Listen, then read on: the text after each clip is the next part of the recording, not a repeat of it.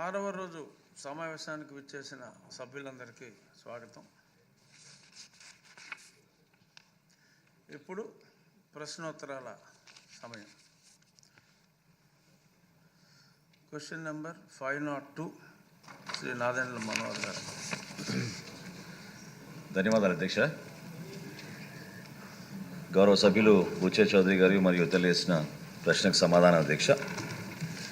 మొదటి ప్రశ్నకు సమాధానం 2019 నుంచి 24 సమయంలో ప్రజా పంపిణీ వ్యవస్థలో భాగంగా తీసుకున్న అమలు చర్యలు ఈ క్రింద విధంగా ఉన్నాయి అధ్యక్ష.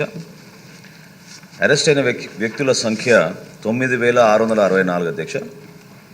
జప్తు అంటే బియ్యం జప్తు చేసిన పరిణామం 76,854 మెట్రిక్ టన్నుల అధ్యక్ష. ఇది పీడిఎస్ బియ్యం. పీడిఎస్ సరుకుల అక్రమ రవాణాకు సంబంధించి కేవలం 148 మందిని 2 సార్లు కంటే ఎక్కువగా గత ప్రభుత్వం అరెస్ట్ చేసిన అధ్యక్ష. ఈ కేసులో స్వాధీనం చేసుకున్న నిల్వలను ప్రతి కేసు యోగ్యత ఆధారంగా జాయింట్ కలెక్టర్లు మరియు జిల్లా కలెక్టర్లు జప్తు చేసి ప్రభుత్వానికి బదిలీ చేయడం అవుతుంది అధ్యక్ష. అరెస్ట్ అయిన వ్యక్తులపై క్రిమినల్ కేసులు నమోదు చేయడం అయింది. జిల్లా సెషన్స్ కోర్టులు మరియు గౌరవ హైకోర్టు ఉత్తర్వుల ప్రకారంగా తదుపరి చర్యలు తీసుకుంటాం అధ్యక్ష. పెద్దలు గోరంట్ల బుచ్చే చౌదరి గారు. అధ్యక్ష, మనోహర్ గారు మంత్రిగా ప్రమాణ స్వీకారం చేశాక తన శాఖకు న్యాయం చేస్తూ అనేక ప్రాంతాల్లో పర్యటించినప్పుడు అనేక గోడౌన్లు కూడా తనిఖీ చేశారు. ఏదైతే పేద ప్రజల సంక్షేమం కోసం అన్న తారక రామారావు గారు ప్రారంభించిన ₹2 కేజీ పథకాన్ని ఇవాళ నిర్వీర్యం చేస్తూ కొంతమంది దుర్మార్గులు దీన్ని పక్కదారి పట్టిస్తూ ఉన్నారు. ఈ మధ్య చూసాం మనం కాకినాడ కేంద్రంగా ఏ విధంగా వ్యవహారాలు నడిచినాయో. డిప్యూటీ ముఖ్యమంత్రి గారు పవన్ కళ్యాణ్ గారు కూడా వెళ్ళి అక్కడ తనిఖీ చేసిన సందర్భం చూసాం. ఒక అడ్డాగా కాకినాడ పోర్టును అడ్డాగా ఇతర రాష్ట్రాల నుంచి ఇతర జిల్లాల నుంచి కూడా అక్కడ తరలించి ఏ విధంగా బయటకు వెళ్ళిందో. ఇవాళ ఏదైతే పేద వర్గాల సంక్షేమం కోసం ఇచ్చిన బియ్యం మరలా రీసైక్లింగ్కి వెళ్ళిపోతుంది. కొంతమంది మిల్లు యజమానులు ఆనాటి ప్రభుత్వ పెద్దల యొక్క సహకారంతో ఆనాటి సివిల్ కార్పొరేషన్ చైర్మన్ ఎమ్మెల్యే ఒక ఎత్తు అయితే ఎమ్మెల్యే తండ్రి ఒక ఎత్తు, ఇద్దరూ కలిసిన సారథ్యంలో ఏ విధంగా దోపిడీ జరిగిందో మనం చూసాం. ఇవాళ 6A కేసులు పెడతా ఉన్నారు సార్. నామినల్ కేసులాగా అయిపోతుంది. బందర్లో మాజీ మంత్రి గారు ఏ విధంగా వ్యవహరించారో, కుటుంబ సభ్యులు ఏ విధంగా సివిల్ సప్లైస్ గోడౌన్స్లోని బియ్యాన్ని తరలించారో మనం చూసాం. ఇవాళ దెయ్యాలు వేదాలు ఉంచినట్టుగా పెద్ద పెద్ద కబుర్లు చెబుతూ ఉన్నారు. నేను అడుగుతూ ఉన్నా, అసలు రాష్ట్రంలో రేషన్ కార్డులకు సప్లై చేస్తున్న రేషన్ ఎంత? ఇవాళ ఎందుకంటే చాలామంది ఆ బియ్యాన్ని వాడుకోకుండా ఇతర అని అమ్ముతూ ఉన్నారు. కొంతమంది ఎవరైతే ఈ బియ్యం సప్లైదారులు కూడా అక్కడ ఇవ్వకుండా వాళ్ళకి నగదు ఇచ్చి కొంత చేతిలో ₹10 ₹5 చేతిలో పెట్టి ఆ బియ్యాన్ని మళ్ళా సార్టెక్ చేసి ఇతర ప్రాంతాలకి పంపించి ఎక్స్పోర్ట్ చేసేందుకు ప్రయత్నం చేస్తూ ఉన్నారు. దీనివల్ల ప్రభుత్వం ఎక్చక్ర మీద భారం పడుతూ ఉంది, సామాన్య ప్రజలకు న్యాయం జరగడంలో. సార్టెక్ పేరుతో దోపిడీ చేశారు గత ప్రభుత్వం. ఇవాళ ఇంటింటికి బియ్యం సప్లై చేస్తూ ఉన్నారు అధ్యక్ష. ఇంటింటికి సప్లై చేస్తామని ₹1,600 కోట్ల ఖర్చు పెట్టి అయ్యగారి సుందర ముఖార విందం బొమ్మలు వేశారు. అది దగ్గర పిచ్చి పరాకాష్ఠకు చేరిన గత ముఖ్యమంత్రి గారు చేసిన నిర్వాహకం ఏంటంటే పిల్లలు ఆడుకునే క్రికెట్ కిట్లు వేసుకున్న గార్డులు కింద గార్డు మీద కూడా ఆయన బొమ్మ వేసుకున్నాడు అధ్యక్ష. చిన్నపిల్లలు వేసుకున్న గార్డు మీద కూడా ఆయన బొమ్మ వేసుకున్నాడు. అంత పిచ్చి పరాకాష్ఠకి కేవలం ఆయన ప్రచార ఆర్భాటం కోసం ఇంటింటికి అన్నారు. ఇంటింటికి ఇచ్చారా?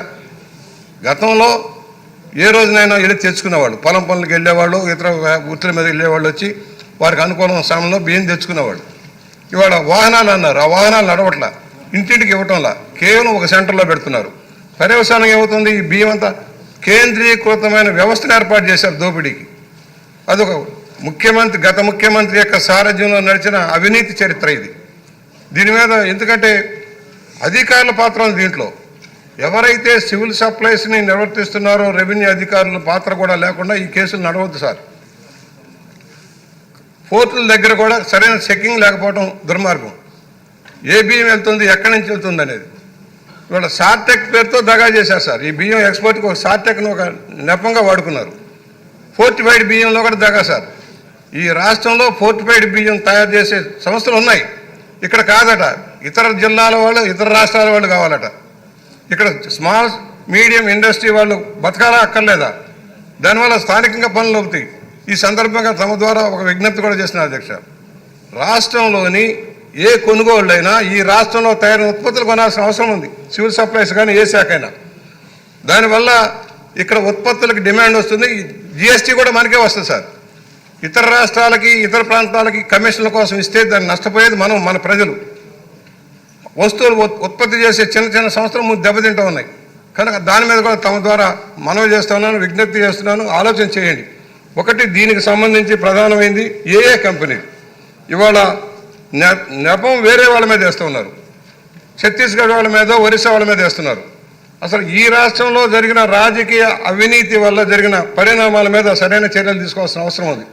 నేను ఒకటే చెబుతున్నాను, దాని మీద ఏ కంపెనీలు, లావాస్ ఇంటర్నేషనల్, అశోక ఇంటర్నేషనల్, ఎవరు ఈ సంస్థలు, దీని బ్యాక్గ్రౌండ్ ఎవరు, ఎంతెంత సీజ్ చేసాం, సీజ్ చేసిన బియ్యాన్ని ఏం చేస్తూ ఉన్నాం, గోడలు బయట నుంచి వచ్చిన ఓడలు నిలవబెడితే డెమరేజ్లు మళ్ళీ మనమే కట్టుకోవాలి అధ్యక్ష. డెమరేజ్ మన మీద పడుతుంది. ఆ పరిణామాలు లేకుండా ముందుగానే చెక్ చేసుకోవాల్సిన అవసరం ఉంది. ఇవాళ ఎవరైతే దాదాపుగా 1000 కోట్ల రూపాయలు దోచారు అధ్యక్ష, దీంట్లో 1000 కోట్లు దోచారు. ఇంకా జరుగుతాను మన ఇతర ప్రాంతాల్లో కూడా. నేనేమంటున్నానంటే ఊరికి 6A కేసులు పెట్టి పెనాల్టీ వేయటం కాదు. ఎలాగైతే మనం తెచ్చిన ల్యాండ్ గ్రాబింగ్ చట్టం లాంటి చట్టం తెచ్చి పేద ప్రజల సంక్షేమానికి అడ్డుపడుతున్న, రాష్ట్ర ఎక్స్చెక్కర్కి నష్టం కలిగిస్తున్న వ్యక్తుల మీద కఠిన చర్యలు తీసుకోవాల్సిన అవసరం ఉంది. పీడీ యాక్ట్లు పెట్టి లోపల పెట్టాల్సిన అవసరం ఉందని సవినయంగా నేను ద్వారా మనం చేస్తున్నాను. అది చాలా సుదీర్ఘంగా వివరించారు పెద్దలు. సో చేత తర్వాత ప్రశ్నించవలసిన వాళ్ళు సూటిగా మనోహర్ గారిని ప్రశ్నిస్తే ఆయన సమాధానం చెప్తారు. అందుకని ఇంత సుదీర్ఘంగా కాకుండా ప్రశ్నించాలని కోరుకుంటూ కోన రవికుమార్ గారు.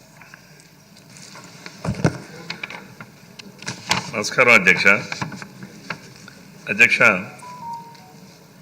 గౌరవ మంత్రి గారికి ఈ రాష్ట్రంలో 2019, 2024 మధ్యన అరెస్ట్ అయిన వ్యక్తుల సంఖ్య 9664 ఇచ్చారు అధ్యక్ష. జప్తు చేసిన పరిమాణం 76,854 కేజీలు అధ్యక్ష. 76,000 మెట్రిక్ టన్నులు అధ్యక్ష. కొన్ని వేల కోట్ల రూపాయలు విలువ చేసేటటువంటిది గడచిన 5 సంవత్సరాల్లో కాకినాడ కేంద్రంగా పోర్టు నుంచి తరలిపోయిందని ప్రపంచానికి అంతా తెలుసు అధ్యక్ష. గౌరవ మంత్రి గారికి నేను 3 సూచనలు అధ్యక్ష. ఒకటి,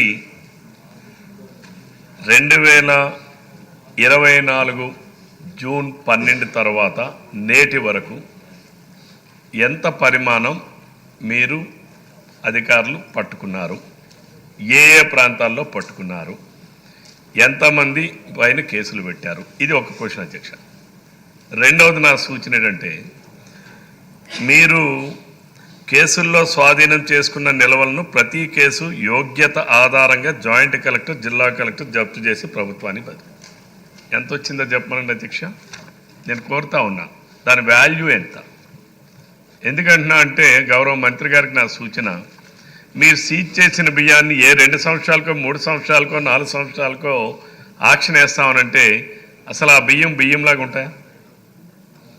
నా రిక్వెస్ట్ ఏంటంటే ఈ సభ ద్వారా గౌరవ అధ్యక్షుల ద్వారా మంత్రి గారికి, మీరు ఎప్పుడైతే కేసు పెట్టారో కేసు పెట్టినటువంటి 15 రోజుల్లోనే వాటిని జప్తు చేయండి. దానివల్ల ఏమవుతుందంటే మనం కేసులు కాదు కావాల్సింది, at the same time recoveries కూడా ప్రాపర్గా జరగాలి.